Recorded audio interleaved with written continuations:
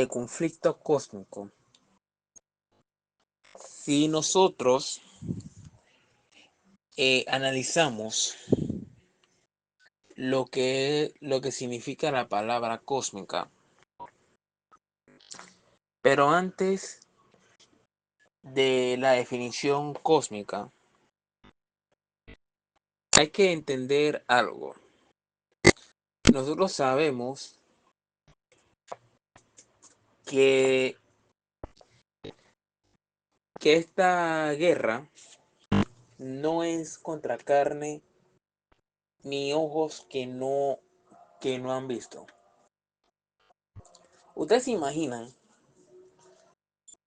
en la caricatura ya sea de Looney Tunes o de Tom y Jerry, que siempre aparece un ángel y un diablito en el lado de sus hombros.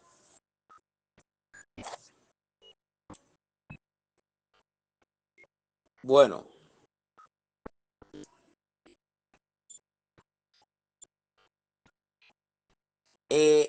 así mismo trabaja tanto Dios como Satanás. Dios te dice una cosa, entonces Satanás te dice otra cosa. Pero nosotros tenemos la libertad de escoger a quién obedecer. Es como también que dos padres están eh, dos padres están peleados. Entonces el hijo le dice que hey, vente para acá. La mamá le dice quédate conmigo. Y donde tiene que decidir es el hijo con quién quedarse. Si nosotros damos cuenta que el cosmos es un astro, es el ocaso de un astro. Entonces cuando vemos que, que cuando vemos el cósmico son entidades que poseen poder y la naturaleza en una escala más allá de los personajes convencionales. O sea, no hay duda que el mismo Cristo, al igual que Satanás, son lo que te hablan para ver en qué lado tú estás.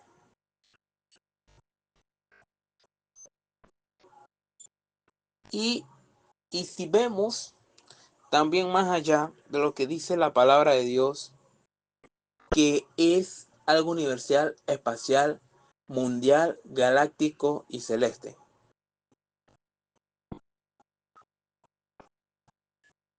¿Qué quiere decir con esto? Que no solamente el conflicto cósmico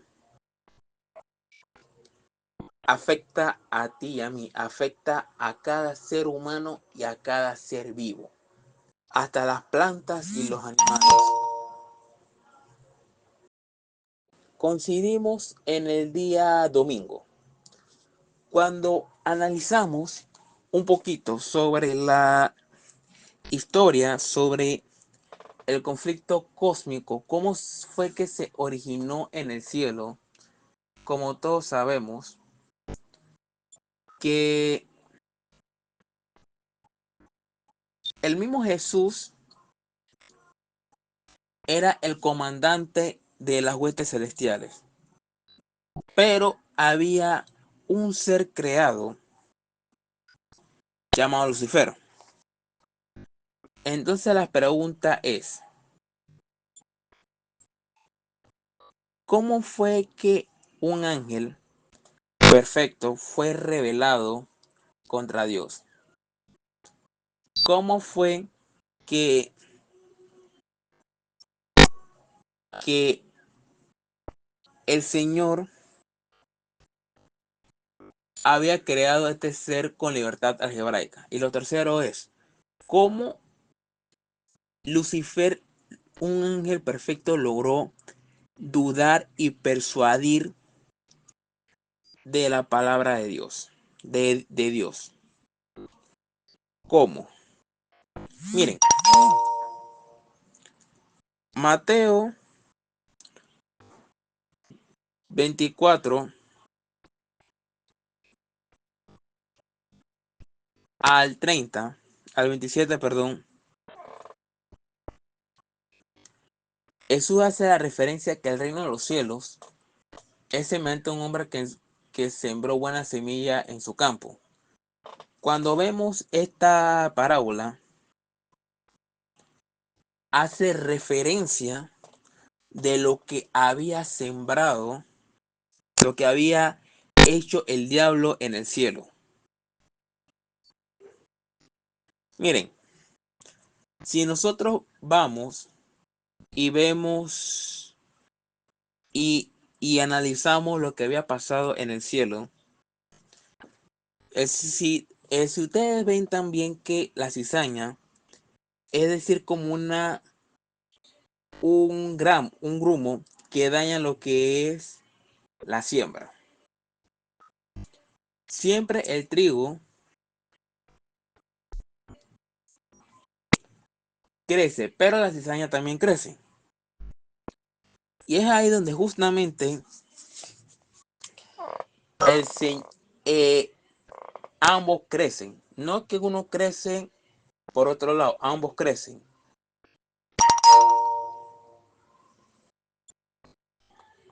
Y si vemos también que dentro de esta parábola, el diablo, Lucifer, perdón, había hecho con los otros ángeles que no habían sabido ni una sola mentira. No habían conocido mentira. Es que si nos damos cuenta, ningún ángel había escuchado una mentira tan grande como esa. Pero como sabemos que la libertad algebraica es como decir, yo escojo. Pero también habían ángeles que sabían lo que era Dios y los otros dudaron de Dios. Y si también vemos más allá que el problema que hay en el mal, en el mundo por causa del mal.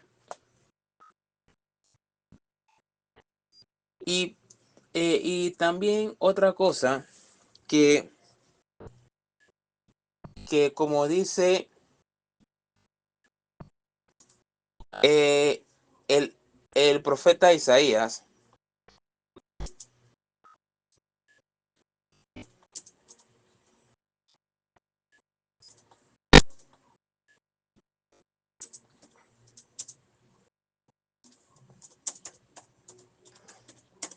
analizamos también que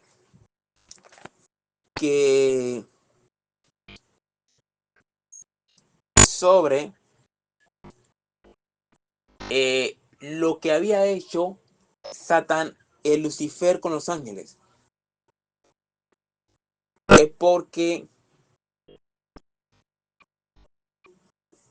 Porque dice que el diablo quería llegar a ser como Dios. Quería tomar el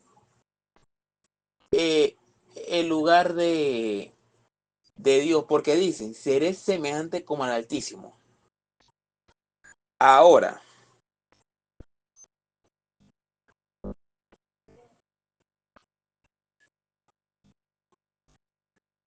eh, Ezequiel 28, 15 al 18, menciona que también que el diablo, el Lucifer, era perfecto, como habíamos dicho.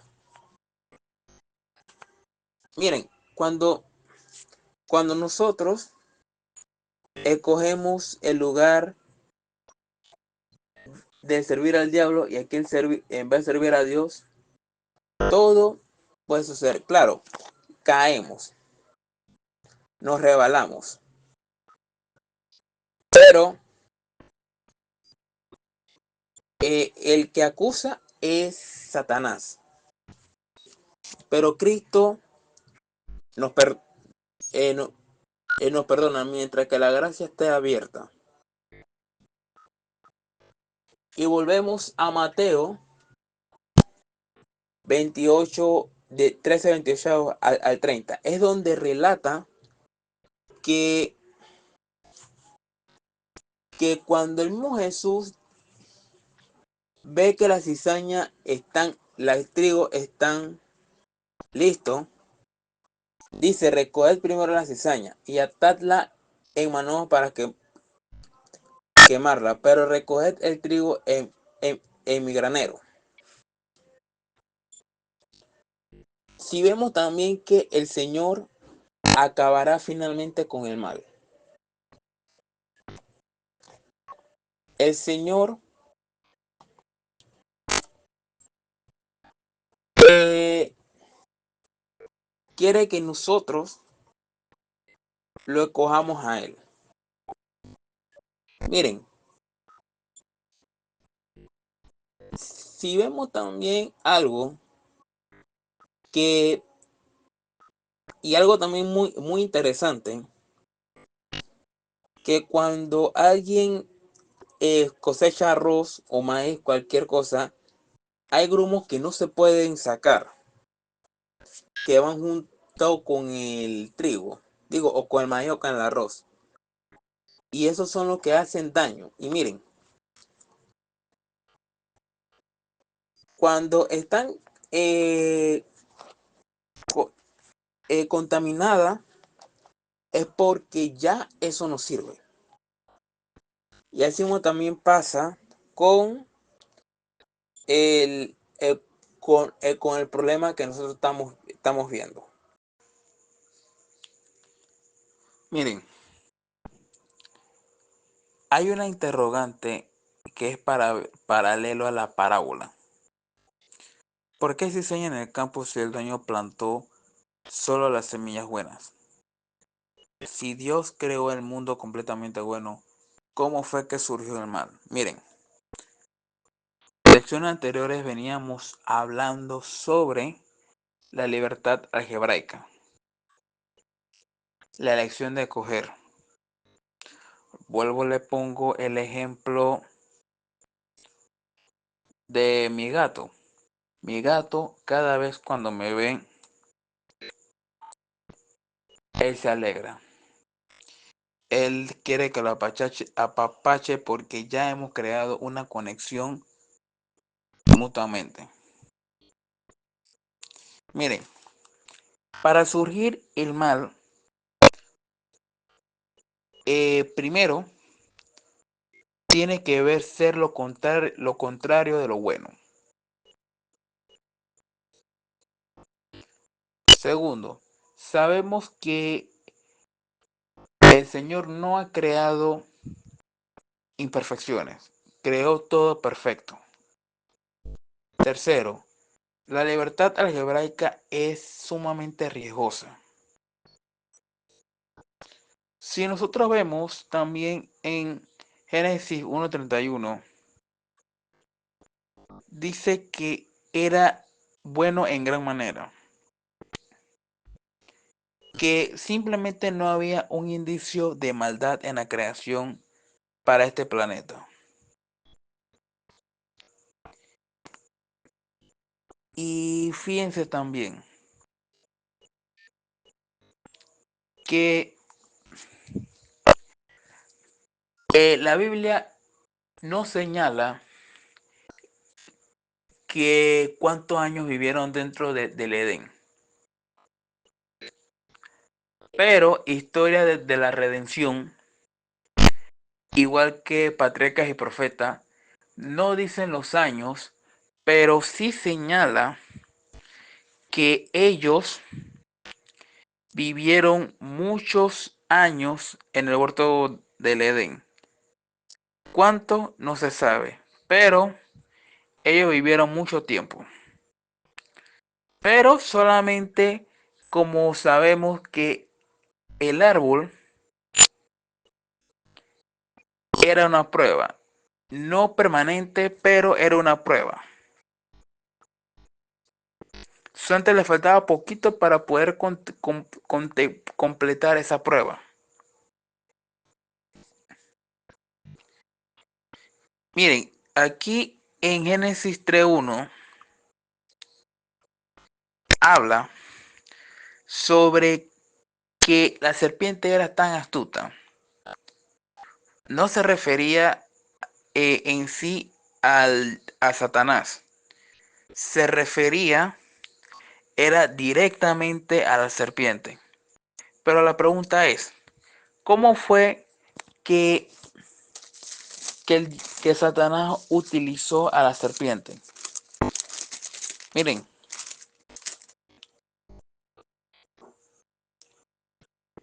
como sabemos que era la más astuta de todos los animales del campo que el Señor había creado.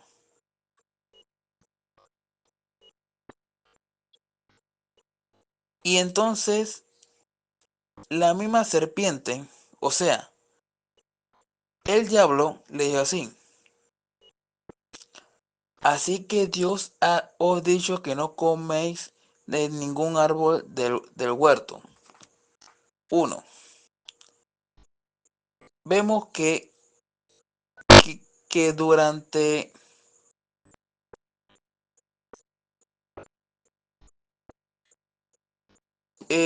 sabemos que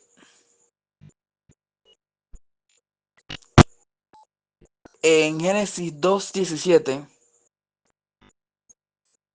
dice que, pero el árbol de todo conocimiento del bien y del mal no comeréis. Y el día que coméis, de cierto moriréis. No dice que no coméis de ningún árbol. Pero como sabemos que Dios es fiel y justo,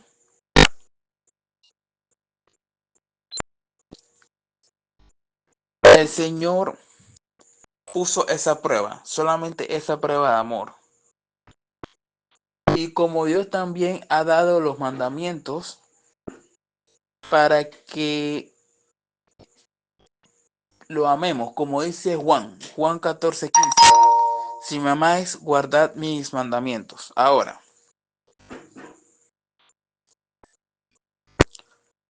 cuando observamos más allá, el Señor había dicho una advertencia.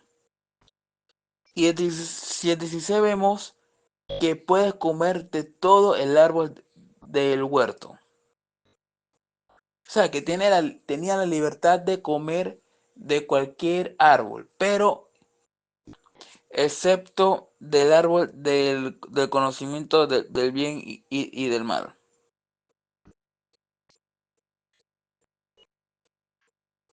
Solamente eso. Eso solamente. Y fíjense, cuando la mujer le responde, del fruto del árbol podemos comer, pero del fruto del árbol que está en medio del jardín Dios que no comáis, ni lo toquéis para que no muráis. Miren, por eso es que es muy importante citar lo que dice Dios en su palabra. Porque si vemos también cuando Jesús fue tentado en el desierto,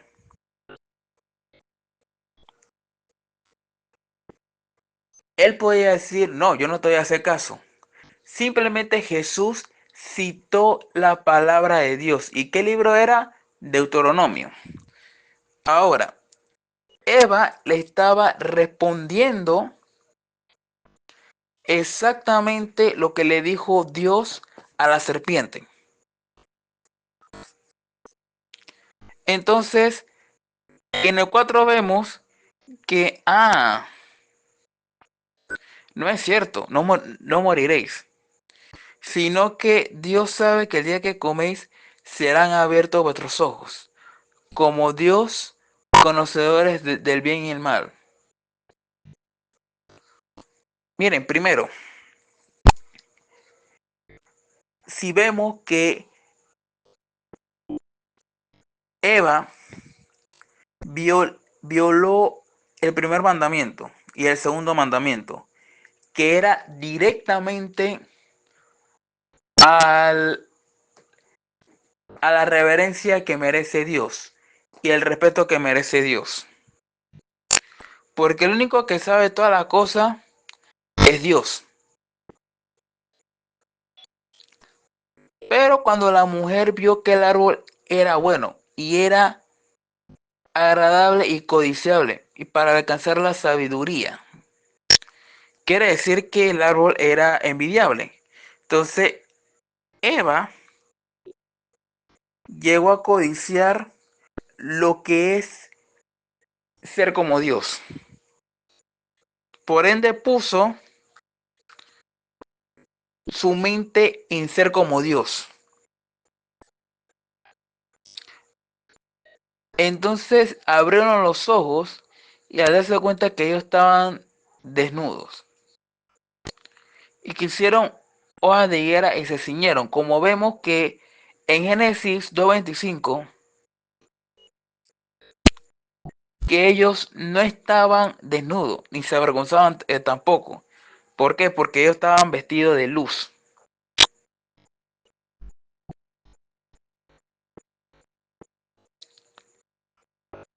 Y si vemos también en Apocalipsis 12:7-9 que habla sobre un conflicto que, que se fue a hacer guerra. Y cuando vemos también en Génesis 3:15, habla directamente una profecía.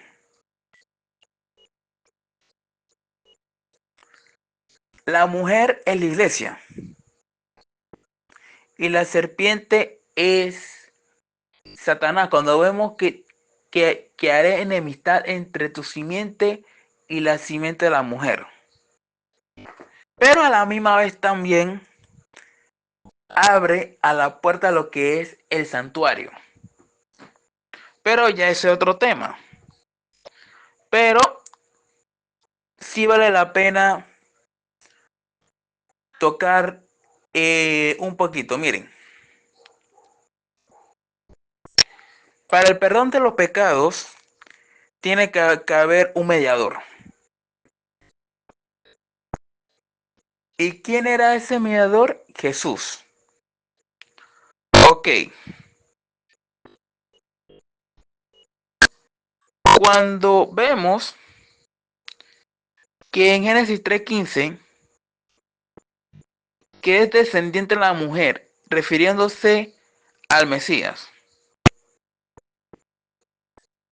que aplastará a la cabeza de la serpiente.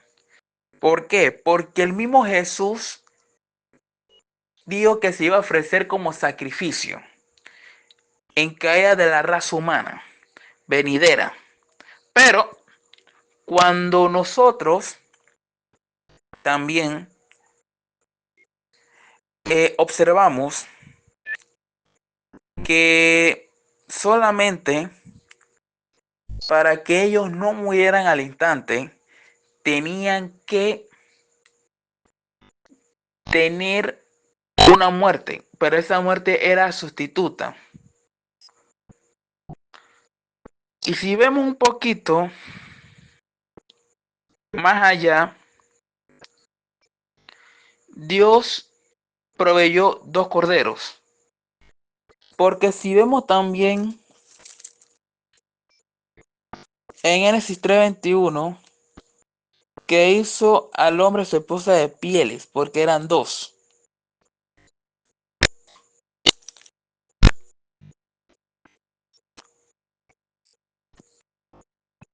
Y entonces si vemos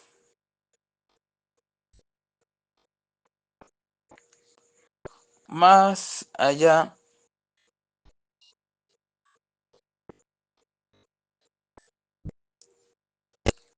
que el Señor mandó a un Salvador.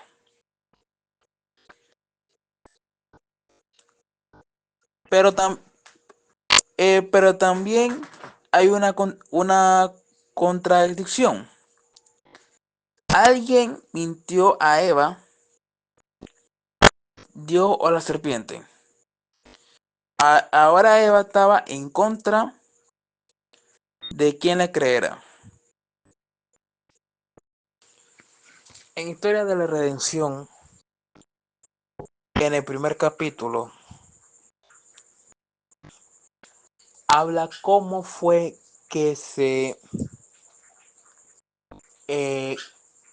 originó en el cielo. Si vemos que Lucifer era el que estaba a cargo de la tropa angelical. Era prácticamente el representante de los ángeles ante Dios. Y tenía un buen puesto dentro de esa corte, pero había una diferencia, que solamente en el concilio podrían participar Padre, Hijo y Espíritu Santo. Y es donde Lucifer comenzó a tener lo que es una envidia hacia Dios. Pero también algo interesante que la pregunta es, ¿cómo fue que se reveló ese ángel perfecto? Como sabemos que este ángel perfecto fue creado a la perfección. Pero si vemos acá en Éxodo 25, 19 y 20, dice que le dijo a Moisés que hará un querubín un extremo y otro querubín al extremo opuesto. Entonces, cuando el 20 dice que las alas era para cubrir el propiciatorio de sus alas, con sus alas, perdón, y su cara estarán al frente una a la otra. Miren, si vemos, él era un querubín muy importante. Cuando vemos acá en Ezequiel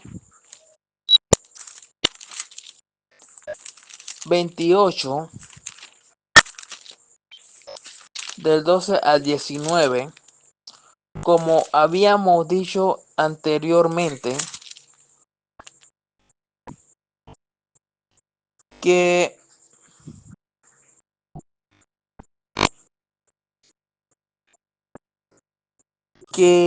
él era perfecto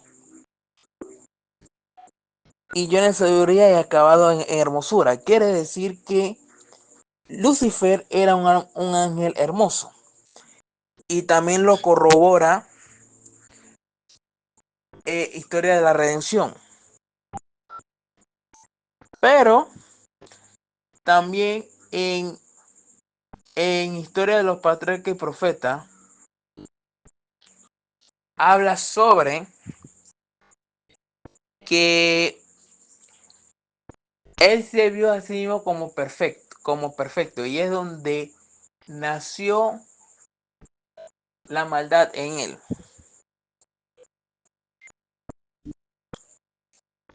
Pero sí, si vemos en el 13, que él se paseaba Él estuvo, perdón, en el huerto del Edén. Y vemos también otra característica, que ese querubín también fue ungido. Él era un protector. Dice que él le puso en el santo nombre de Dios, el mismo Dios. Y se paseaba en medio de la piedra de fuego. Dice que él era perfecto en todos sus caminos, hasta que se halló en ti maldad. Dice que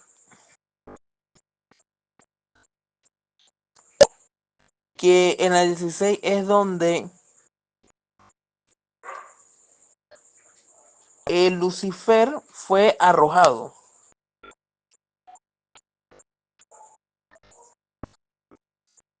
Y como dice la hermana White, que él era un querubín hermoso. Dice que se enalteció el corazón a causa de su hermosura, y se corrompió su sabiduría a causa de su esplendor. Y cuando vemos que el sabio Salomón también dice que no debemos confiarnos en nuestra propia prudencia. Dice que él arrojó por tierra para que los reyes lo vean. O sea, cuando habla de reyes en este caso, es porque Dios se refería a los otros universos, con los otros representantes. También lo vemos en el libro de Job, el capítulo 1, cuando Satanás llega donde Dios a arrollar la tierra.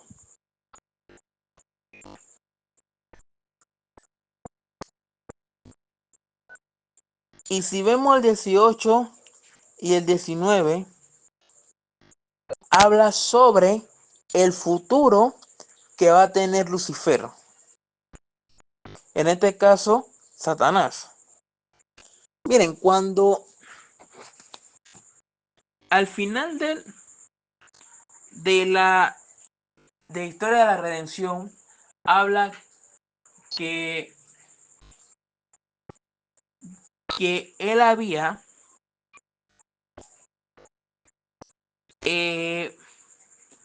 hablado con otros ángeles para que se aliaran.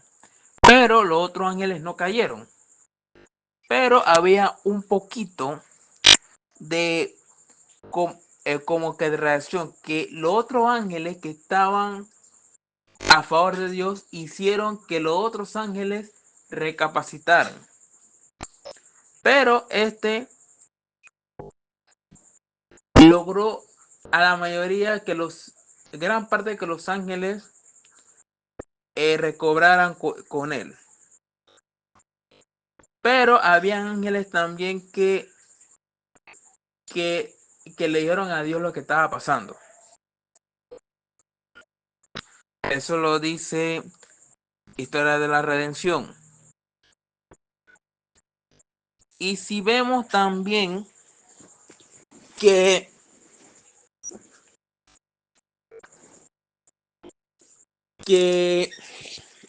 en Isaías 14, 12 al 15,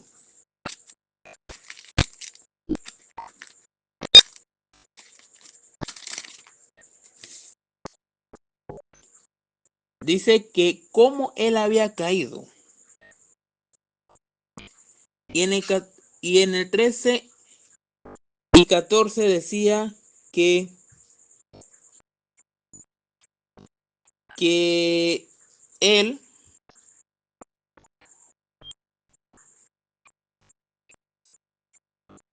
él quería ser como Dios. Él quería llegar al trono.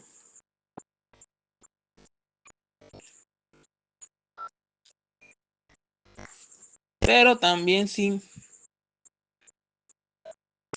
vemos un poquito más que que el diablo quería hacer el golpe de estado en el cielo. Pero la pregunta es, ¿cómo fue que que él quería hacerse semejante a Dios. Y es como habíamos dicho, que él quería más allá, él no se conformaba.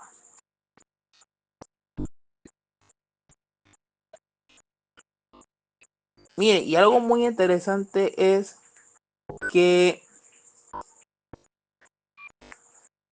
que el diablo opera con calumnia para contra Dios y con nosotros, como vemos en el, en, en el primer, el, el día anterior.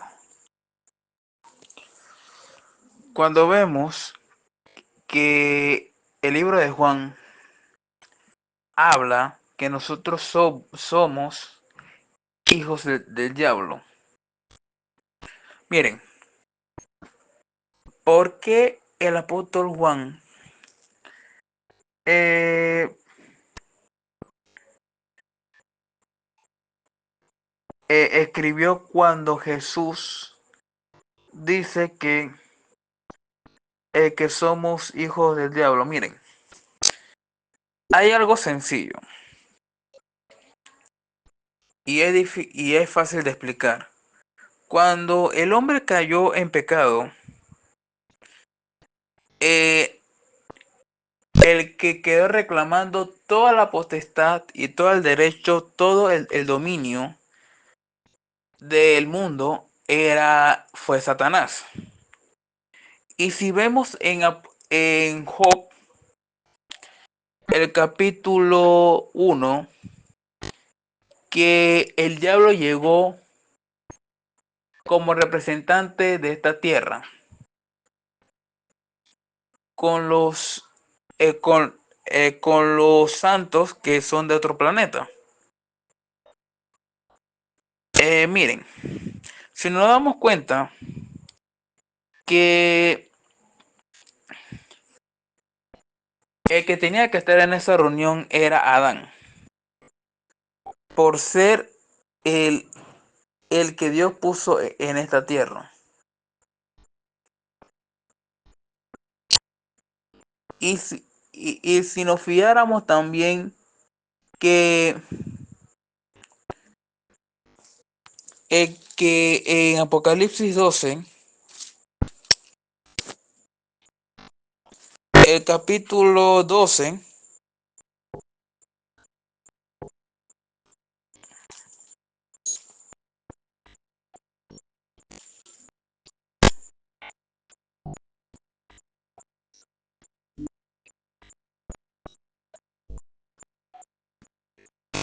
habla sobre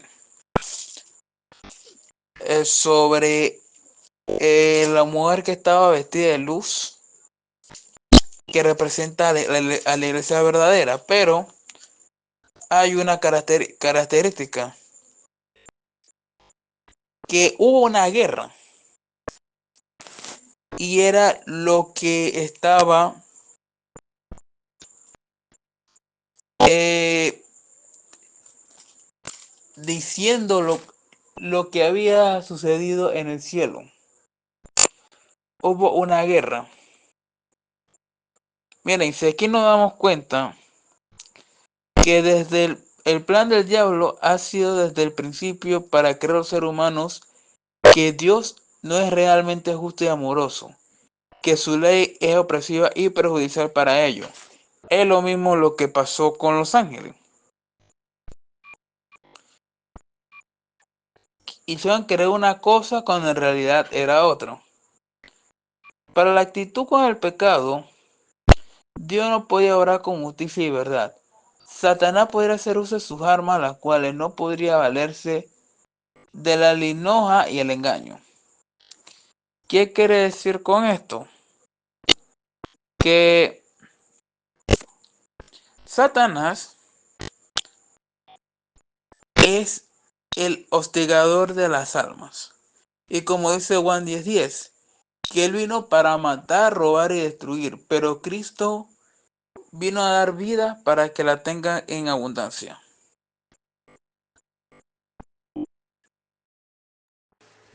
pasamos a la tentación de Jesús. Aquí hay algo muy peculiar. Después que Jesús nació, creció, fue bautizado,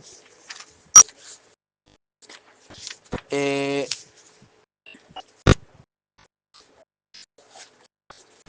el Señor vagó por 40 días y 40 noches en el desierto, ayunando sin comer y beber. Cuando se dice que en Mateo el capítulo 4 versículo 1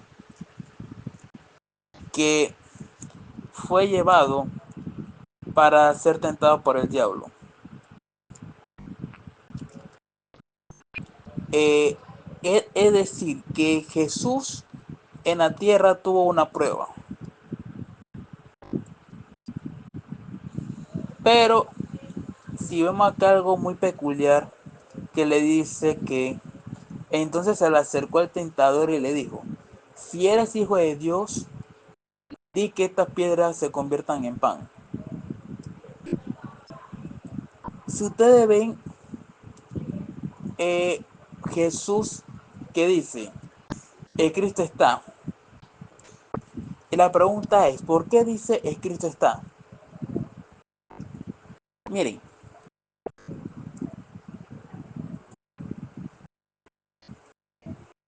el único libro con el que habla que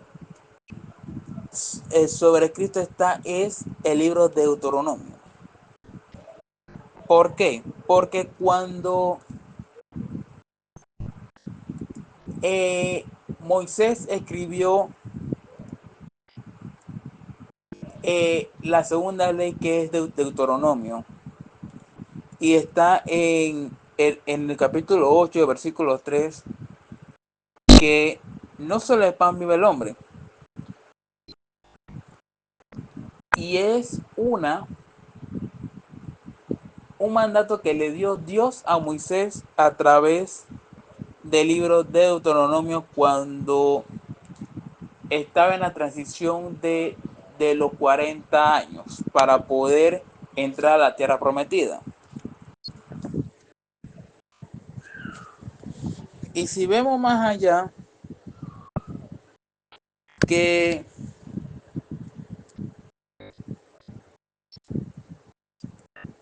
que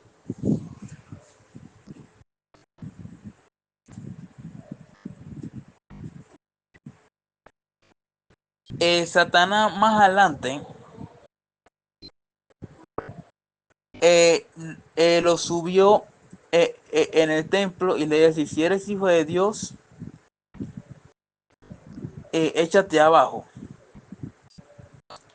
Y de nuevo le dice, Jesús, el Cristo está. Cuando observamos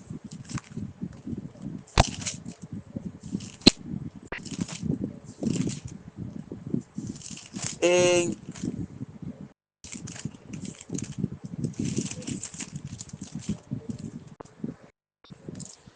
en Deuteronomio 13, perdón, el, el versículo 16 dice: no tentará el Señor tu Dios como lo tentaste en masa. Es decir, que cuando el pueblo de Israel había pecado durante la rebelión de Cades Barnea,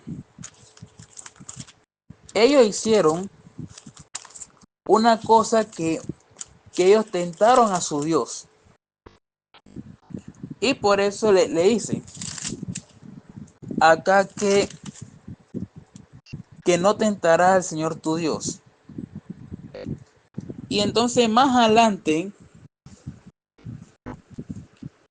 en la tercera tentación, sí le cita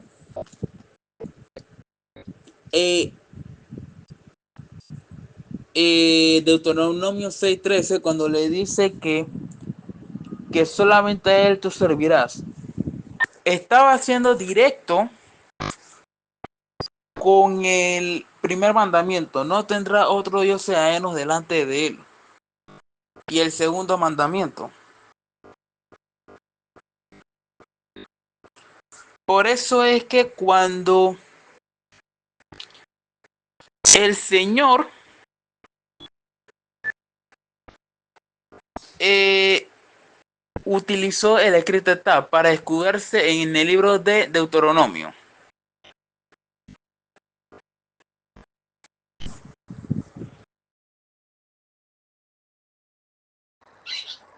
Miren,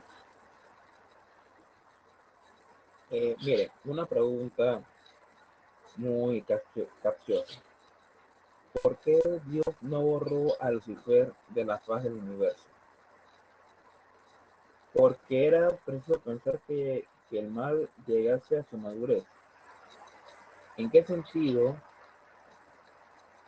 esa madurez era para el bien eterno a través de la edad sin fin? Mire, una respuesta sencilla que responde a la pregunta. Cuando Dios estaba enfrentando el Señor, Él dio una, eh, dio que ese seguimiento. ¿Por qué razón? El, porque se iba a hablar mal del, del creador y sin haber hecho un juicio previo.